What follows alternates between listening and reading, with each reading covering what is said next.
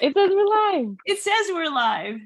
Yay. How are you? I am doing so good. How are you? I'm good. I always have to adjust things when it first comes on because it's like I like things just the way I like them. But that's Yeah, not me moving. too. Okay. Oh, whatever. How's it going? What the heck? It's October and it's the middle of I October know. already. And geez Louise, here we are again. It's like we just did this, but this Yeah. one came on a little quicker than a whole month in between, but I've got some stuff going on at the end of the month. So yeah, Yeah, Love in Vegas. I'm so excited. And then right off Are to you ready? Shameless after that. I am pretty much. I have the most important stuff. All my clothing is planned out. And yeah, and I got some new swag, which I don't love it, but that's how I always am with swag. It's just they give you like the smallest little canvas to design, your item. Uh, I got coasters, drink coasters made. And so then when I got them, I was like, well, that's not really what I thought it was going to look like, but it's okay. It's too late because now I have 500 of them. So yeah. yeah. So, but yeah. And I just got something very exciting in the mail. Yay. Yay! Book 9. This will wrap up Elijah and Hannah's story, and then we'll get into Jacob. It's Can't so wait. exciting. I love when I get them, I'm like, I was tearing the box open. I never can like wait to do the reveal, like the Yeah. unboxing, to wait till someone comes home to film it or whatever. I'm just tearing right into it. So I always spoil that. That That must be the best feeling to hold the book in your hands after working on it it and is. putting And so you know much what? into it. At this point, I'm 3 books away from it. So Hmm. I like to go back and then read it. And then, of course, when the audio comes out, I listen to it. But, it's fun to pick it up and read it and see, Yeah. oh, just little things. I obviously know the whole overall story, Hmm. but little details. And sometimes I'm like, hey, I'm funny, I don't know. Yeah, you are. It's funny. So, what else is going on? You are going to be on a trip soon, couple days. Yes. Flying Yes. to LAX Monday Woohoo. night. Yay. And staying till Friday. I'm going to see you on Thursday. I'm so excited. And then I'll see you again, Yes. what, the week after Yeah, 2 weeks for probably Shameless? in between. Yeah, because I go to Love in Vegas the following Thursday. So, like, exactly a week from when I see you, and then another week to Shameless. So, 2 weeks in between. So, we're going to have a Lots good of fun time. stuff. Yeah, Yeah, I'm I'm excited. excited. I'm excited too. It's going to be nice to see everybody again and, be out among the readers, which is it's one of the best things about doing this whole thing is, getting out and talking to people and stuff. So I'm excited. I'm excited. And like, there's so much going on right now in my life. I mean, I was Yeah, just, what's going on with you? well, we're buying a house. We have a house that we live in, but we're buying another house for the kids to move into because we're basically buying it and that's it. They're going to pay everything. They're doing, it's like a rent to own type of situation because it is so expensive in Southern California, and Caden's 21, he'll be 22 in a month. And so they want to like get on with things. They're like, Hmm. I mean, that's still kind of young, but they're ready to be out of our house, which is still going to make me very sad, very, very But at sad. least they'll be so close, right? Yeah, and they're still we work together all day, so it's not like I'm Yeah. not going to see them, but yeah. So yeah, so that got that going on. They were actually writing up an offer when I left. I'm like, if you need Wow. me, just text me or whatever, but I won't answer you. Everything should be fine. Actually, the house they are in love with is already in escrow with someone else. And so Oh. this one is not going to go through, but we're kind of going through the motions to Hmm. have them as a backup offer. I hope I didn't lose you completely. What have I just done? Hold on. Window. I'm I still click. here. Yeah, there you are. I couldn't see it. I quit my email program because it beeps, when I get a new message, and I don't want that to keep going off the whole time because it's distracting and I'm so distractible. So, so, and I came down to the office a little while ago and I took a back street because I needed gas. And then I just went the back way and there was a car meet going on in the back and they're all like yelling, like, because of my car. And then I was like, I'm not part of the meet, just, like, driving like normal and stuff. But it was fun to see all the cars and people at car meets are so happy, because that's like their passion. So, man, there were so many people. Crazy. I was like, I gotta get out of here, so turn the other way. Would you ever go to anything like that? I know you love cars too. Yeah, I mean, I've been to car meets and I've been to, I've been on a track racing, which was exhilarating and so much fun. I would love to do that again in my life, but someday maybe, we'll get back out there. But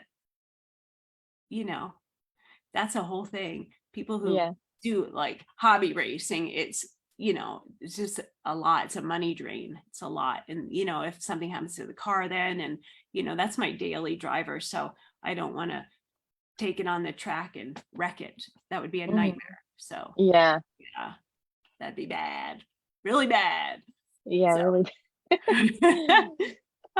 so what else is going on? How's Honey? I haven't seen her in so long. You have to give me a Honey picture. I'll send you one. She's so good. She was just right next to me, but she moved. She's great. We just had her annual checkup and she's a little overweight, but I was like, so am I. We both need to go on a diet. Oh, you're gorgeous. Stop it. Oh my gosh, thank you. Yeah, well, that's the only problem she has. So yeah, good. She eats a lot of cat food, which the vet said will do that. So I just need to be more careful with feeding her with the cats and then letting her finish. Honestly, I'm just lazy. I'm like, okay, you're eating the cat food again. Yeah, just go ahead. What else really do they have going on in their little lives? Once cat food, have it, right? What do you free feed your cats? You know what I mean? Like it's always there. No, because one of my cats will eat all day and the other one is older, so she's like underweight. And we feed them like 3 times a day. Oh yeah. But then Honey will just go, even if as soon as we're not looking, Honey will just go eat whatever's left.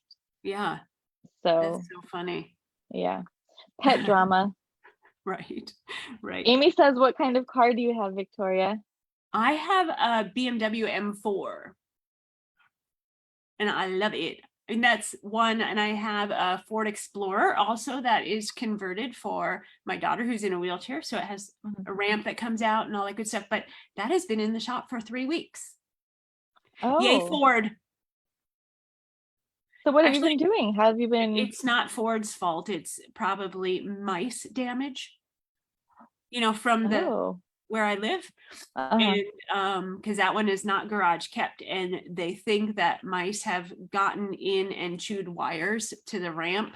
And so the ramp and the door are not working properly. Like I'll be driving and I hear the door like it's trying to open while I'm driving. And I'm like, okay, this isn't good. So they had it for 2 weeks. I went back, they called me and said, it's done. We couldn't really find anything wrong with it. And I'm like, what? So I went and picked it up. I left the place. I was like a block away and it was doing it again. So I turned right back around and went back to the dealer and I said, send the tech out. We're going for a drive so he can hear it, and then he did hear it. So then he's like, oh, I think I know what's going on. So, but I haven't heard from them about it.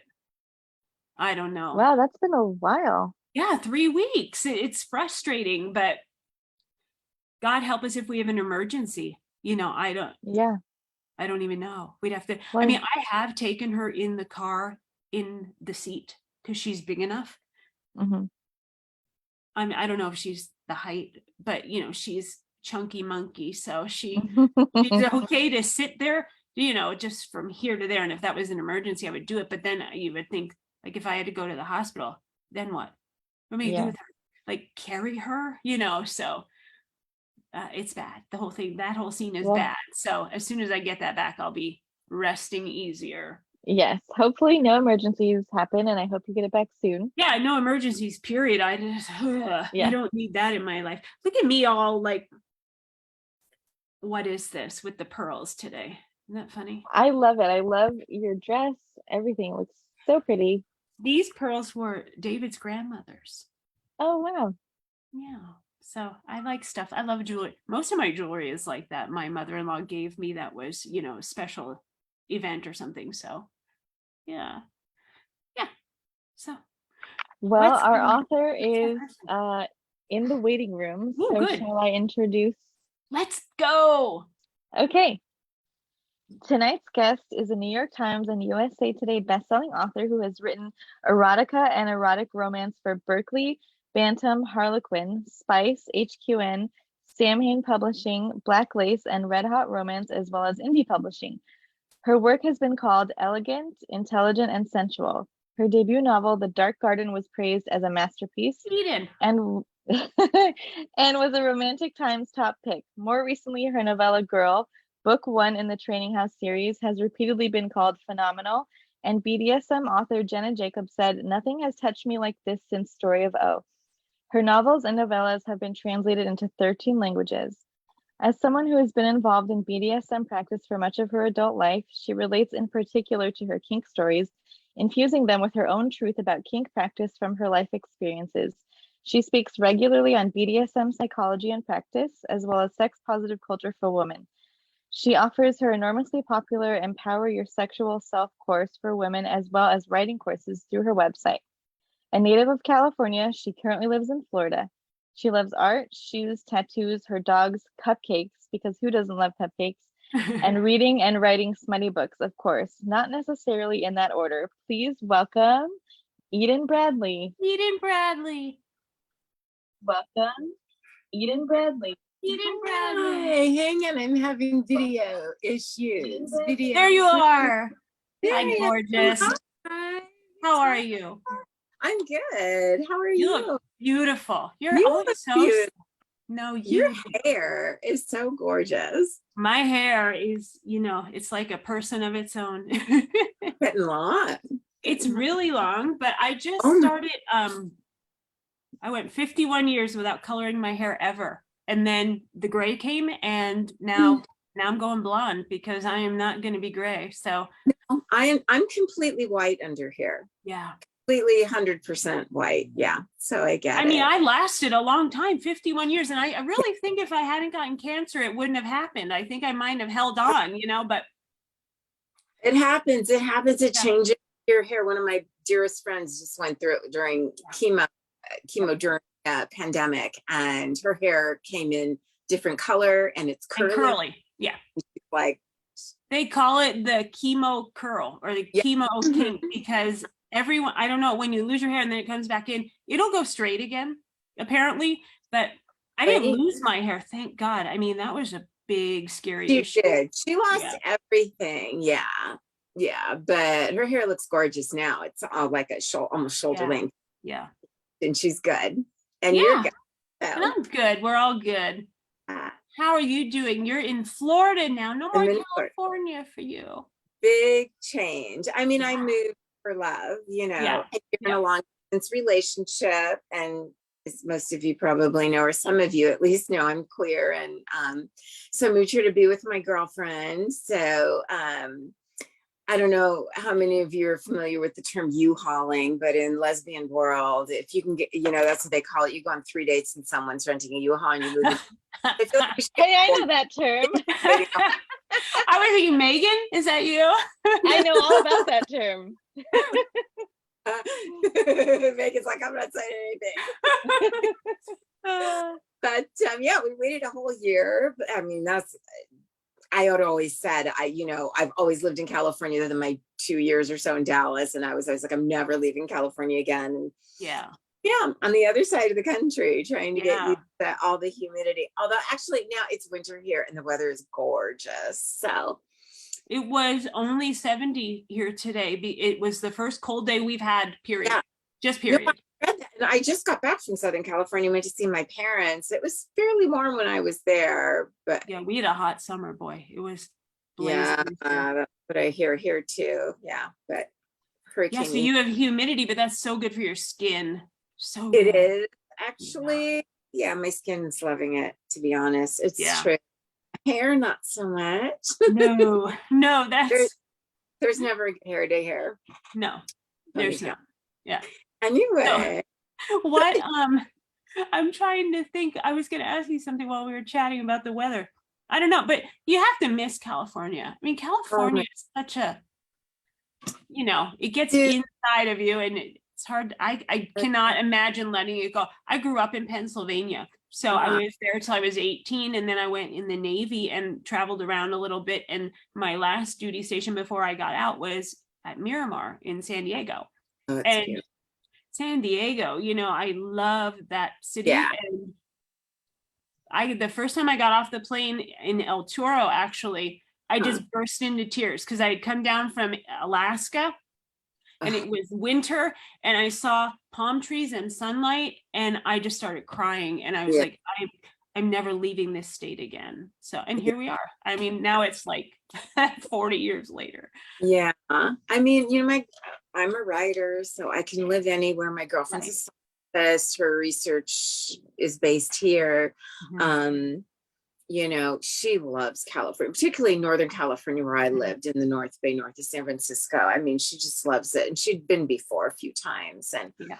I mean, if we could ever get back there for work, ever takes her back there, we would be thrilled. The other possibility in California might be San Diego. So we'll see if anything opens up. And if not, I mean, cost of living is a lot less here. So that's nice. And got a nice place, two of us and our dogs, my Boston Terrier and her French Bulldog. So, And it's still the same. He has a French name. What's his name? oh, he's Voodoo. Voodoo. Is that Yeah, still the same? oh yeah, he's 9. He's in here with me. He's asleep at my feet. And Mhm. then her friend, she has a French name, of course. So that's Vilou. Oh, how Vilou cute. and Voodoo. Yeah, they're cutie pies. And they get along? No, No. she's terrible to him. Aw.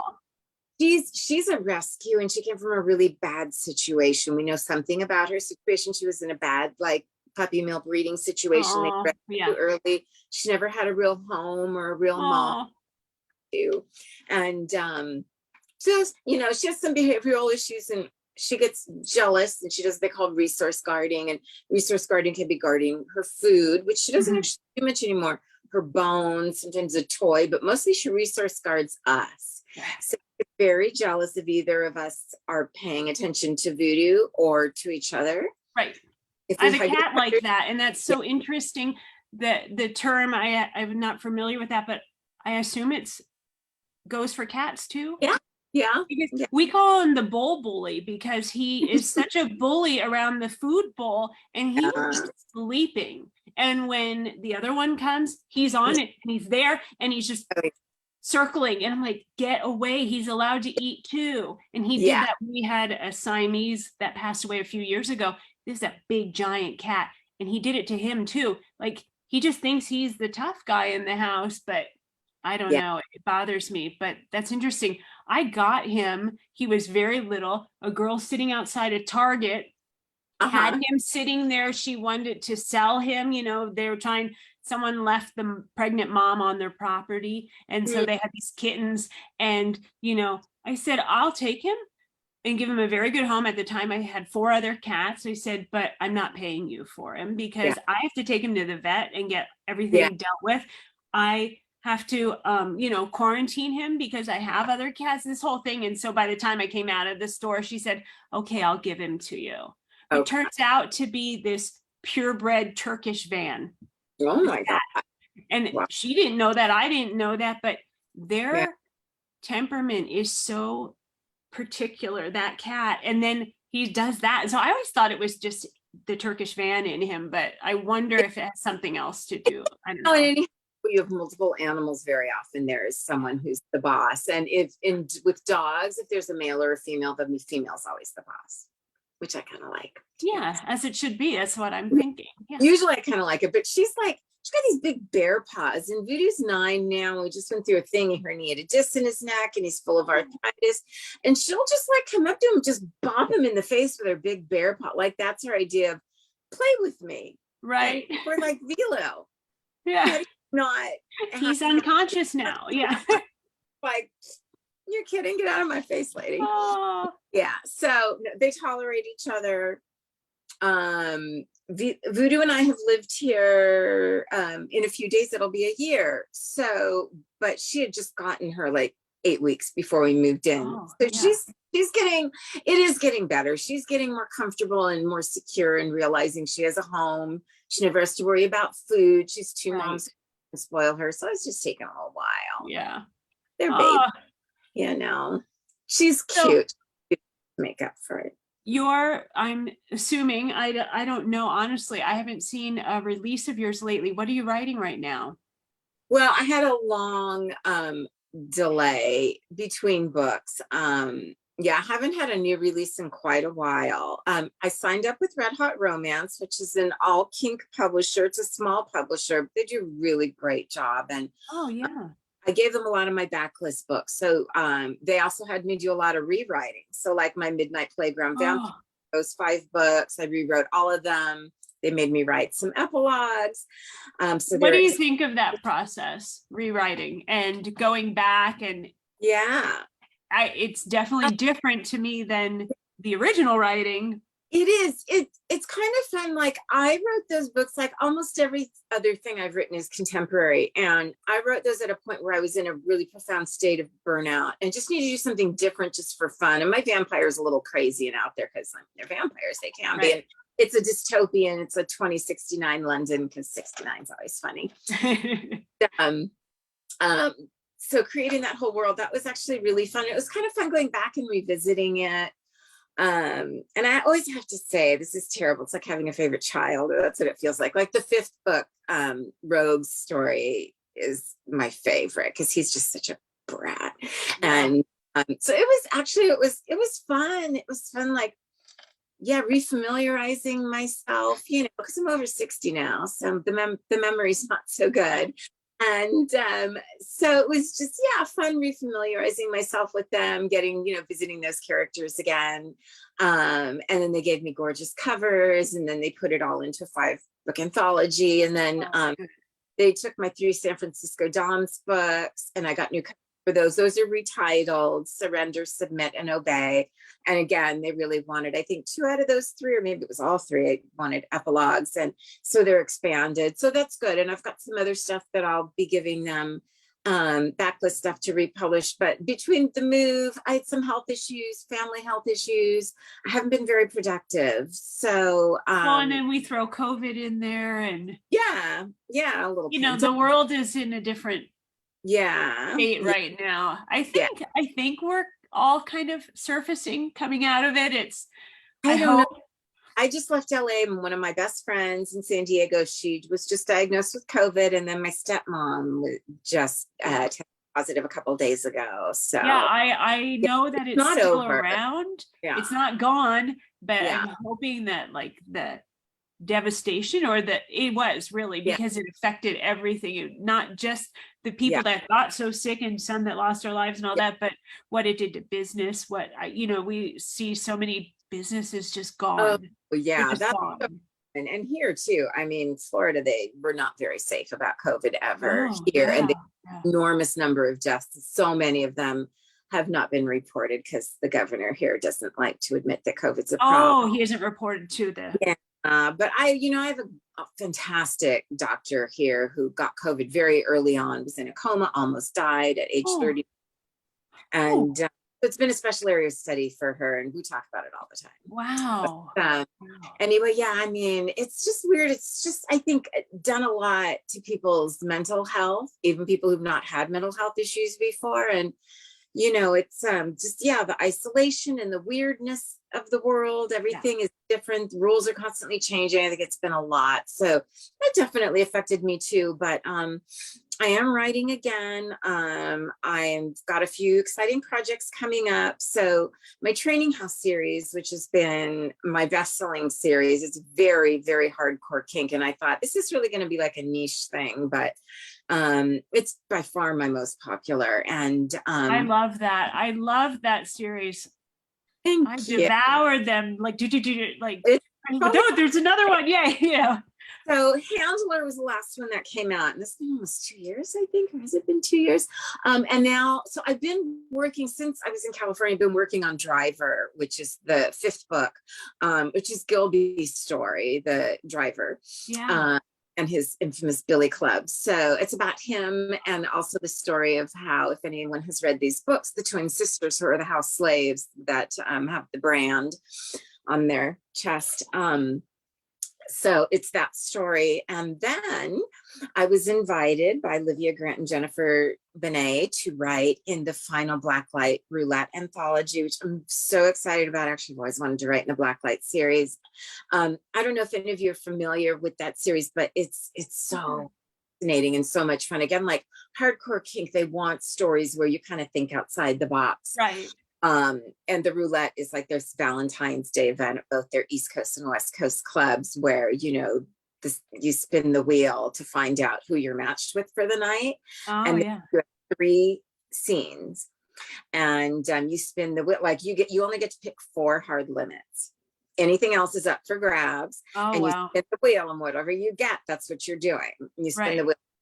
So yeah, we're gonna get a little crazy, but it's one of my minor characters from the Training House series, Ishtar, who is usually she works at the Primal Play Ranch down in the Carmel Valley in middle of California. So so I'm excited to write her story. She's actually going to leave her contracted slave servitude that she's been in for years, and kind of dip her toes out into the world to see if she could ever exist outside that very rarefied life or not.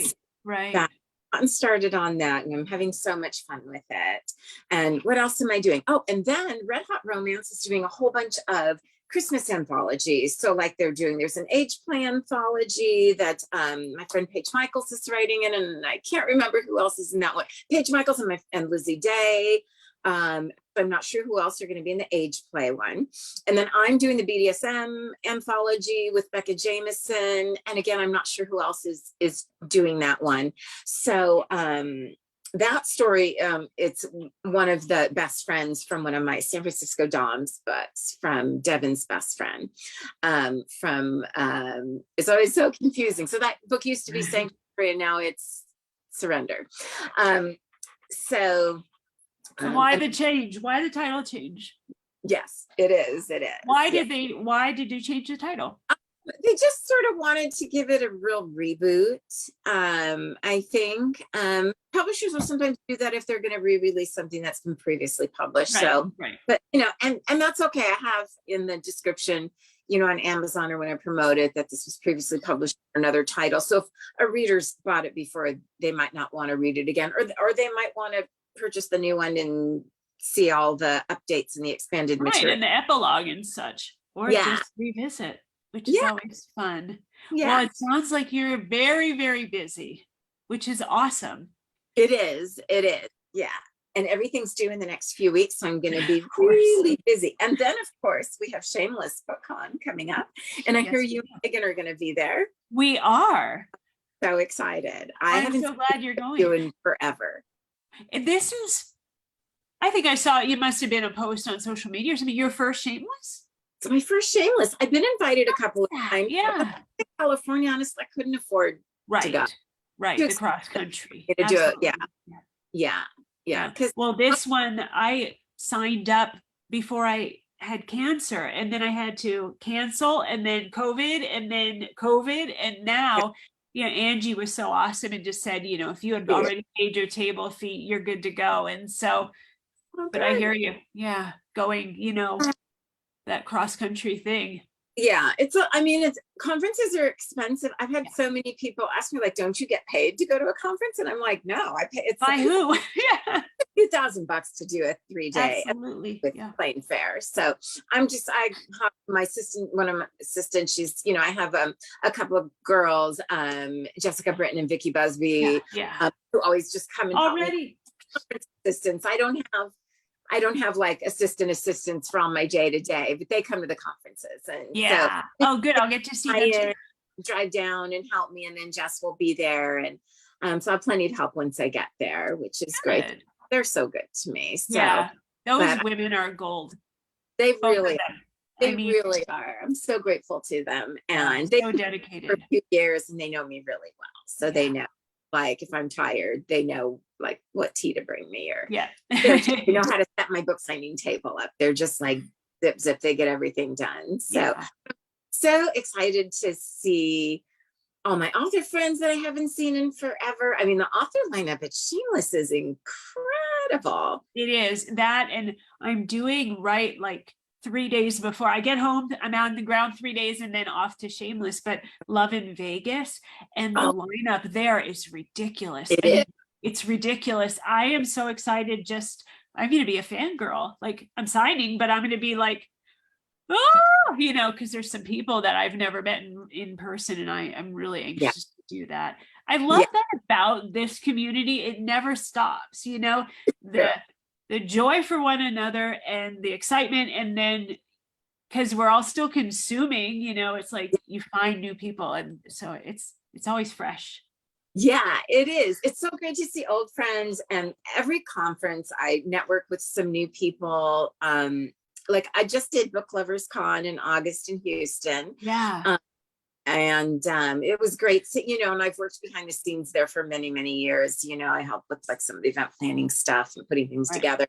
So it's great just seeing like the staff and the volunteers, and then the authors and the readers that I hadn't seen in forever. And there's always someone to fangirl over. Like, it doesn't matter how many years you've been in this business, there's always some author you're like, oh my God. In fact, I love good though. So one of my big fangirls, this lovely lady named Ursula, who had totally fangirled over me when she met me at this conference. Was it New Orleans? I think it had to be New Orleans. So it was, there'd been a big party the night before and I was exhausted in the morning, and I went to the Starbucks or whatever and I got a coffee, and I don't usually do caffeine, honestly, only at conferences because I'm running so hard and I'm so exhausted. And I'm just sitting there drinking my coffee, and she comes up and I'm like, oh, come sit with me. So we're sitting there hanging out, and then these doors open and Anne Rice walks out, and I had a complete meltdown. I'm like, oh my God, it's Anne Rice. And she is cracking up watching me fall apart. And I'd met Anne Rice a few times before, but still always like just was a wreck. And afterwards is like, I was like, okay, I'm sorry. I just totally made a fool of myself. Or I guess I didn't make it. This is just like, it happens to us too. And she's like, oh my God, that was epic. Can I tweet about that? And I'm like, yeah, go ahead. Go for it. Yeah. But it's true, like, we're readers too. We fangirl too. I fangirl over some of my best friends, and you get so happy for someone when they, you're reading, you're like, this is so good. Like, I'm going to message you tomorrow and say, you just killed this, Oh yeah. And that is a great thing about this community, because we do hold each other up. I just presented a workshop to at the South Africa Romance Authors Conference, and it was a workshop on imposter syndrome, and I talked to a bunch of people about how they feel about like big best-selling up, like Audrey Carla, who's was just made into a movie for Passionflix. Yep. I talked to Larissa Ione, who I've known from way back in the day. I just talked to a bunch of big best-selling authors, and I talked to like probably 20 people. Not everyone was able to find the time to send me a quote. There was one who was like, I'd love to be able to help you, but I just don't think I've ever experienced it. And I was like, what? She's literally the only person I've ever talked to. I've got conversations with Jennifer Cruzy and Sylvia Day about imposter syndrome. Yeah. So it's pretty much everybody. But like, because we all have that, like, it means so much when a fellow author, sends us an email or message or a text like, oh my God, I read your book last night. It was so great. The writing was beautiful. And I mean, we all know that we write when we're writing and we're reading, because that's a huge part of writing is reading, continuing to read and consume and see what's going on. But when it's hard to believe, like, you read my book. It is. It's pretty cool. I totally do that. I do that with readers sometimes. So tell me, because I know once we break and go to the questions, the first question we always get is, if someone's new to you, where do you say start? Which book? Let's see. I tend to refer them to the Dark Garden.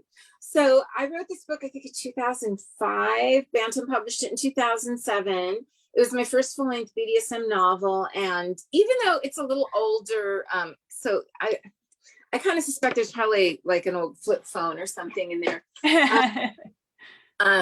I just feel like it's fairly hardcore kink, but I feel like it's very approachable. And because I'm a kink educator and been in kink most of my life, I try to always approach it from a realistic perspective, not my vampires, of course. Right. Yeah, I feel like it's very realistic and approachable, and I love these characters so much. I feel like it's a good, and a lot of readers have told me it's been their sort of gateway drug. Right. Who I with us tonight, he's now my bestie. I think that was her gateway drug, but oh no, maybe not. It might have been my vampires. Well, she'll probably send us a message and let us know. But I think that's a good place to start. The training house I would not recommend starting with unless you already read really, really hardcore kink and love it. Yeah. It's all consensual. There's a slave contract in the beginning of the book so that you can read and see exactly like how they're treated and all the stuff that happens to them, like they've given the thumbs up on, and their health will be looked after, but that might be a little rough. Of course, if you like My Vampires, I think are a lot of fun. But I might have to look at the vampire thing. I haven't seen a good vampire book in a while. well, you can get them individually if you want to try the first one, Eternally Owned. It's 99 cents right now if you want to like just give it a try. Introduces the world. That one is the least kinky. In fact, there's hardly any kink in it. It's menage. I think they're all menage and more. Yeah, I think that book number 3 is, let's see, male, female, male, something like that. Anyway, that was that took a spreadsheet.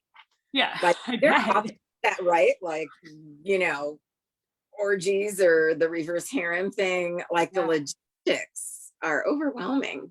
I was saying to someone, I'm like, it's not like writing a sex scene is not this arousing, awesome moment. It is like choreographing a dance, and you are so like worried about the details, whose hand is where. There's so many things happening at one time, and to get it right, and then when you have more than 2 people, it just gets crazy. So yeah, I mean, afterwards when you reread it, then that's where the good time comes, but not for me, not when I'm in it. It's not like I'm sitting there getting all hot and bothered. It's really more of a it's very technical. Yeah, I don't worry about the technical other than in books like that where there's like 3 or more people. Yeah.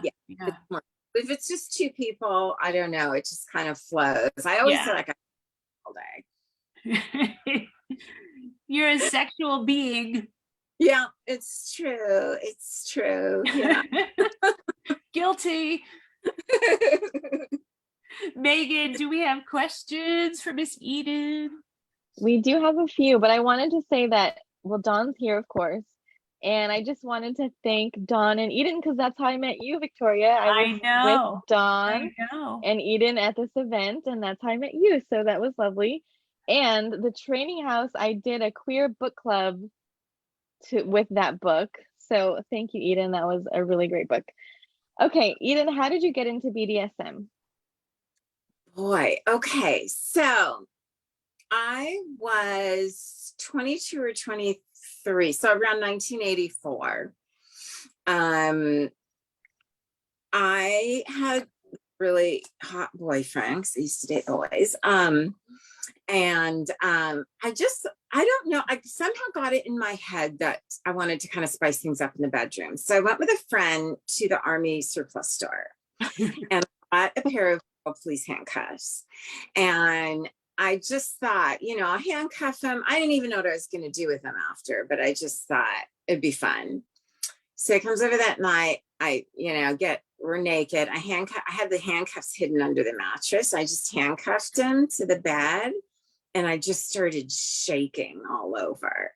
I had no idea what my deal was. And I don't even remember exactly what happened after that. And then I did it with the next guy I dated. And there was no internet in 1984. So like I had heard through my best friend, who's a gay man in San Francisco, about Society of Janus. But in those years, honestly, it was really for gay men. So there wasn't really, I had no way of finding out what the organizations were, or, and eventually a few years later, a friend of mine got a computer and she got into these chat rooms on, I don't know if any of you remember Dalnet and Ethernet and Undernet. And it You was all remember when the internet was a black screen with just white text? Yes. And that was the bulletin boards and the chat rooms, and that is all that existed. Yeah. And That's what it we're was. old, Eden. We're old. Yeah, it's true.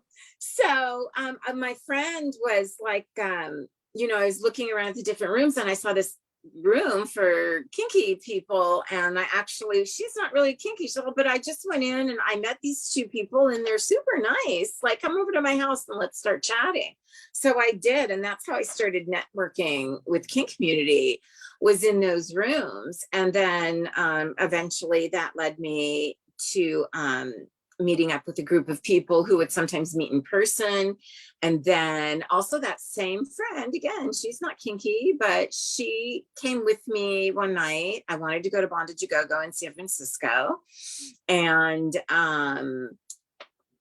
that is actually the experience that my book Surrender, that used to be called Sanctuary, Devin and Shay's story, is based on, is my night there. And Shay is the pro dom that I met there. It's in this crazy nightclub. There's like 4,000 people. It's a pretty big club. They changed the name. It was the Kennel Club at one point. They always are changing the name. But upstairs was the Ring, which is basically in an upstairs balcony. They had a dungeon area where they had like metal railings, like they have, where they herd cattle. So it was like that. But in the middle, there was a couple of hard points in the ceiling with spreader bars and cuffs and little round platforms that people play. And there was some little more secluded play area in the back. So it was staffed by pro doms, male and female. So this guy came up to the railing and he was like, commit. He was so beautiful. He was one of the prettiest boys I've ever seen in my life. And he finally convinced me to go in, and my heart was pounding so hard because I'd not done any public play at that point. Actually, I had met a dom in Seattle, had done private play, had never done public play. And anyway, so I went into that ring, and first we played in the back a little bit, and then he took me up to the front and cuffed me to the spreader bar. And there's just like, even in the balcony, hundreds of people, and it's a nightclub, it's a dance, pounding music and the flashing lights, and I'm staring up there, and there's people like cheering and watching you, and it was what an experience. Oh, it was like overwhelming, but in the best way possible. And that was probably where my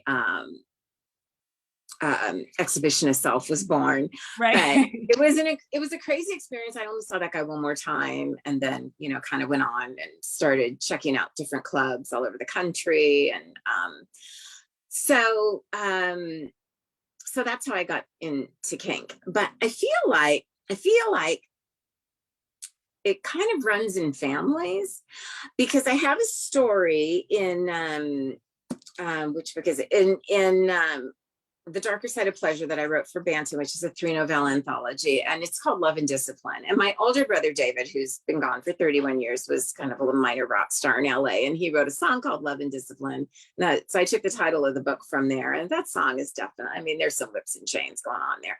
And then when The Dark Garden came out, I had my dad over for lunch. I think my stepmom was out of town.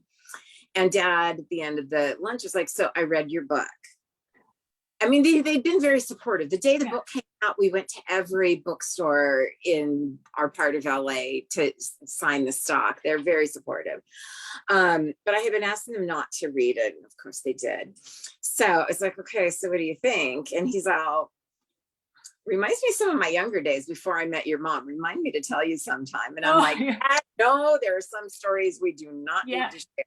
But there's got to be like some genetic component or something, right? Or at least you have like more of an open communication, freedom to express yourself. It's not shamed. It's not. And so when you have those, inclinations, you don't feel bad about exploring them. That I would definitely think, like the way you're brought up. Yeah. I mean, I had a very liberal upbringing, although we didn't really talk about sex in my house. And other than my grandma talked to me about sex all the time. Grandma was a pit bull. But my mom certainly never did. And Dad's a little more open about it. But yeah, I think just the general liberal attitude probably was very helpful. And of course, I was super close with my brothers, and they were all very cool about it, but I mean, I was in my 40s when The Dark Garden got published. So I mean, I already been practicing kink for a very long time. Right. And, had kind of gone through, I think when you're getting into kink, like the first 10 years, I was a top. And I think there's, whether you start as a top or a bottom, there's sort of this process you have to go through, especially if you're a top. And as a top, I'm pretty sadistic. And you have to ask yourself, like, why do I want to hurt people? Right. Or why do I want to be hurt or told what to do? Like, so antithetical to who I am, as a woman and as a feminist. So you have to kind of go through those things and kind of come to terms with the kink. And so I think for me, there was definitely that. But other than that process that I think most people, kinky people go through, I never really felt any shame around it. I just didn't. It's not something I, until I was an author and decided to come out about being a real lifer. And, like my family knows, up until that point, it's not necessarily something you talk about in mixed company. Some people, I'm very big on consent. And for me, consent also includes things like not showing off your marks in public. It's non-consensual. People may be concerned that you've been abused, and it can find it very upsetting or triggering. So I feel like it's non-consensual to talk about my kink unless I have some form of consent. Now, for me, that can include like doing a BDSM 101 workshop at a readers conference. The people who come to my workshop know that that's what they're there for. Right. Or the people who are here know that, I'm a kink author, you write some kink, like they kind of know what they're here for. Right. So I'm pretty careful about that. But yeah, I think it's more like being considerate and making sure there's consent involved, as opposed to like being ashamed of it. I'm not hiding it because I'm ashamed of it. Other people, I don't want to make other people uncomfortable. Right, it's consideration. It could be, how you feel about anything that is not what everyone else maybe is doing. So you wouldn't start talking about, a religious, offshoot that people are offended by, or, anything. That's normal consideration. So that makes perfect sense. All right, Megan, what else you got? Okay, Eden, tell us about your course and where to find it. About my course? Yes. Which one? The empowerment course? Yes, the sexual self one. Yeah. So Empower Your Sexual Self is a project that I did with my business partner, Christine Rose L. She's also a writer. She's a life coach. She's a life coach who teaches other life coaches. She's the most amazing human being. And we've done a few video courses together, but this is the first one. And you can go to my website, to the education tab. Now, she also designs my websites, and we tried to put this website up last year. We got about, 2/3 of the way done, and the software stopped working. And we've been off and on between COVID and me moving and health issues and stuff, trying to figure out what the issue is, because we love this template and it's not working. So all of my books aren't loaded there, and we haven't been able to finish developing the course pages. So go there, and you can certainly download the course and take a look at a quick shot of it. If you want a little more detail, you can go to her site, which is ChristineRoseLELLE.com. Go to her courses page, and that course will be on there with a little more detail. That is a 5-part course. It's 5 1-hour modules. So you get a lot of video, you get a gorgeous downloadable workbook, you get access to our private Facebook group. And some of the women who are on here tonight are members of that Facebook group. And I'm telling you, like, the women who've taken this course We would have live chats in the Facebook group, and they're like, you go in there and they're like your big sisters. They're so supportive. And we have such amazing conversations that take place. And we all just kind of occasionally go in and post a little inspirational meme and remind you to like take care of yourself. And a lot of what that course is about is sexuality for female bodied people. And I only have limited to that because I don't have experience with a male body or a trans body. And it's important to us that we speak from a place of experience. You can take this course whether you're partnered or single, whether you're heterosexual or bisexual, pansexual, ace, demi, how queer, however you identify. It's really for anyone with a female body. We talk about the different kinds of orgasms, about so a lot, practical stuff. There's a sex toy walkthrough, but I think the most important issues that we discuss are things like learning to accept female sexual desire, because it's so horribly and ridiculously shamed in our culture. And we talk about all the taboos, all of how you cope with and break through all the negative messages we receive on a daily basis as women about sexual desire and our bodies. We talk about overcoming trauma and sexual abuse, which is something Christine and I both have experienced, and we felt it was important to share that because we want to let people know, like, we get it, So we felt it's very important to come from a really transparent and honest place. And honestly, like, I didn't necessarily expect being an erotica author to take me toward being a sex educator until it just sort of started to happen. And it's the work I've done in my life that I probably value the most. It's been an amazing experience. And I think it's a really incredible course. So if anyone is having any trouble finding it or finding more information, feel free to message me on Facebook. I'm super available. I'll talk to everybody. It's that extrovert me. Yeah. You can come up to me at a conference too. If you guys come to Shameless or BLC, or you see me, and come up and ask me. I'm always happy to chat. Nice. Thank you so much. Okay. Well, it's already 9:55 here, so 6:55 in California. A whole so we'll hour. do a few more questions, and then we'll do giveaways. Okay, for both of you, what books are you currently reading and loving? Okay. Ooh. What is the name of the book? Oh my gosh. I know. I'm like, ooh. Well, I edit for Red Hot Romance, and so right now I'm doing a lot of editing. So what is the name of the book that I just got? It'll be part of that one of the Christmas anthologies in December. And it's Leslie Ayla, and it's called The Thief That Stole Christmas. And I edited another book for her called DILF, DILF, which is a gay romance, and with college age. And her writing is just so clever and just makes me chuckle every 2 minutes. And I'm not funny. I always say people laugh at me or more than they. So I always really appreciate a funny book. And she's just a really fun, snappy read. So that'll be out in December. Nice. I just finished. Now I'm a listener.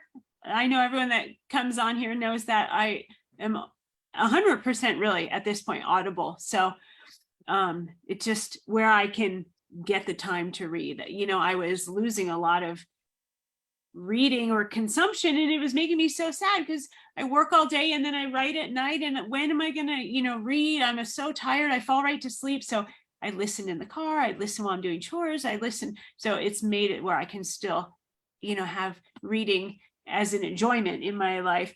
I just listened, the last book I listened to was from A.L. Jackson called Never Look Back, and it is part of the Redemption Hills, I believe that's what it's called, Redemption Hills series. So that was the third book. It was good. It was really good. I like her storytelling. I haven't met her. I hope to find her somewhere, in the next couple of weeks while we're out and about. Maybe she'll be at one of these and I can say hi, because that's how I am. I'm like, after I read something, I'm like, ooh, I got to find this person. So yeah, I'm absolutely. Was there more to that question, or that was it? What are we reading right now? What are you reading and loving? Yeah. Yeah. Well, there it is. That's it. Okay, last question for both of you. If you had to teach something, what would you teach? Something different than I already teach. Yeah, I know. I was like, for you, you already teach. Do you have other courses besides the Empower Your yeah. Sexual Self? Yes, I have on video, I have a How to Write Better Sex course. It's just a little like 1 hour mini course. And then I have my Awaken the Senses course, which for writers is great to kind of get you to tune into the 5 senses and integrate them into your writing. I feel like it makes for deeper character development and just kind of makes your scenes jump off the page. And it's good. It's great for everyone, whether you're someone who writes sex scenes or not. So I have those, and then we're about to do a character development workshop that I want to film. That'll be out early next year. I've got some others coming up. What did you do Very before you started writing? Or Oh God, I've got so many things. I did a lot of retail management. I worked as a stylist. I managed chiropractic and acupuncture offices for 11 years and was an insurance billing expert, which makes Oh, for boy. the most boring party conversation ever. yeah. I mean, I did PR and styled rock bands for a number of years. I was a wedding planner. So yeah, I've done a lot of weird stuff. That's awesome. I was wondering if teacher of any kind was going to be in there, because it seems like a really natural spot for you. Oh, thank you. I mean, I Yeah. love, I really Yeah. do. I don't know. What else would I teach? Boy, sex and kink. There's got to be something else I know something about. That What is about so you, Victoria? hard. I have a good one for you. It could be something with fashion. You're right. I do love that. Maybe that's what it is. Something Yeah. with fashion. I love anything that has to do with clothing. I like making probably one of my favorite things about fashion is making, how many outfits can you make out of the same couple of pieces or something like that, just change it up, keep moving stuff around. So that's probably what I would teach. I'm glad you said that, Maggie, because I'm like, I don't know, because it makes it sound like I think I'm an expert at something, and I don't know. I do a lot Kelly of says, things, but I Kelly don't know. says you should be a doctor, Victoria. You should be a doctor. I have a lot of medical knowledge and experience, and it's just because that's the way my life has directed me to go. I always say I missed my calling. I should have been a doctor, but I can't sit here and say that I could teach somebody that, because that's just insulting to the people that spend all those years doing it, learning and in school and are really doing it, because that, they spend a lot of time. So I'm just a sponge. I pick up what people tell me. That's a good thing. You could get rid in fashion. Yeah. In Nice. my spare time. Yes, exactly. Yeah. Because I'm an accountant. I do accounting all day. So Yeah. I don't know how. Like, I spent the last 5 years in California managing a boutique, and like I had nothing left when I got home. I don't know how people do J jobs and have kids, and I mean, they're probably a little younger too. That helps, but it's not an easy thing. It's not, and the hardest thing is continuing to be motivated, because I want to go to bed. I just want to sleep, and I don't sleep well, so I'm always tired, and it's bad, but I also don't like downtime. So it's like this, I'm talking kind of out of both sides of my mouth. I don't like just sitting around. So I'm always having to do something and not watch TV. Like, I can't just sit there and watch TV. I have to do something. So yeah, that's how it started with the writing. Totally the opposite. I love downtime, and Yeah. I'd never get enough. Give me downtime. Yeah. I have a fashion question for you, Victoria. Yes. I love your nail color. Thank you. My favorite is OPI Lincoln Park After Dark, but this looks a little more red. What is it? Yeah, it's a red. It's almost like a eggplant. It's kind of purple. I don't know the color of it. I picked it out at the Nail Girl. I love it. Thank you so much. I love it. I have to go, you know how this goes before you have a con, you have to go, the hair's got to be done, the nails, the everything, you know, and so I'm like picking them off, but I'm gonna have to go get my nails done again before we go. And then I already have an appointment scheduled in between because I'm only on the ground for 3 days before we go to, you know, so So yeah. Yeah. So yeah, I've done back-to-back conferences like that. And I did Bondage Expo Dallas years ago, and then had 48 hours, and then had to go to a Romantic Times and drive from Dallas to Kansas City. Thank God. oh my gosh. And I'm it was an RT, which is, you know, the marathon of all. I miss that. I miss RT. There was Well, nothing like it, you know? was doing Book Lovers Con, but it's much, much smaller. And Yeah. honestly, it's more manageable. The events are now hour and a half instead of an hour. And she gives us half an hour between events. So you Oh, actually yeah. have time to like go to the bathroom. Right. Or I do some of my events in costume. I have time to like change my clothes. Maybe I get to actually eat. So yeah, it's much more dialed down and kind of more chill. And actually it's been amazing. Like the last two actually, so I've known Sylvia Day for years and years. She mentored me way back in the day, but you know, her career has gotten to the point where, you know, we just like wave as we're running through the lobby. In the last couple BLCs, we've gotten to actually hang out a little bit. Oh, good. You might want to think anyway. Yeah, I haven't been to, we did the first one in Reno. Yeah.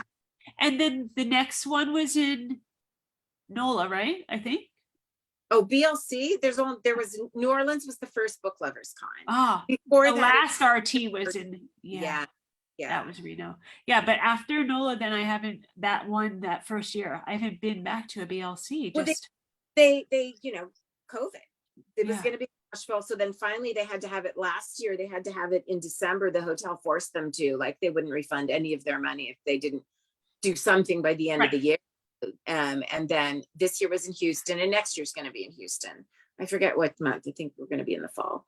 oh, Yeah. Anyway, so book events. Everyone come see us. I know they're the best. I'm going to say before we do anything else, don't forget that it is Breast Cancer Awareness Month, and do not skip your appointments. Go get your mammogram and go to your lady doctor appointments. Those are as important as getting your mammogram. It's true. And I want to say, even if you have not had sex for years, you have to, nuns have to go and get their pap smears, because you can still get cervical cancer if you're not sexually active. And yes, mammograms also, it takes 5 minutes. The equipment these days is amazing. Unless for some people, if you have a cyst in your breast in a particular spot, it might be painful. Right. For most, it's uncomfortable. It's merely an uncomfortable 5 minutes, and it can save your life. Every Because I'll tell you what is uncomfortable is a mastectomy. Yeah. So just go get them checked. Yeah. And don't be afraid. Honestly, there's nothing to be afraid of. I had to get that in before October ends. I'm glad you did. Thank you. Thank you. You're welcome. Okay, so let's do our giveaways. I know, Eden, you said you were going to give away an e-copy of a book, yes? Yes. Okay, and what about you, Victoria? I have I like doing the person's choice, but I do have these in my hot little hands. So if you're looking for the next one, I have it. You could choose that. For Victoria, your winner is Yolanda, and for Eden, it's Amy. So congratulations. Congrats. We will reach out to you at the, tonight or tomorrow, and make sure everyone gets the address and everything. So thank you so much, Eden, for joining us. Yes, Eden, thank you so much. Thanks for having. And it's so good to see you both on screen, and I cannot wait to see you both in person. I know, I'm looking forward to it. I can't wait. Yay. In a few weeks. I know, it'll be here before we know it. I saw someone on the Shameless, attendees website or the Facebook group already packing. And I was like, oh my gosh, like already? I can't be that prepared. That's crazy. I usually pack like, yeah, so funny. All right. I love you. It's so good to see you. Love you too. We'll see you all next month. Bye. Bye. I mean.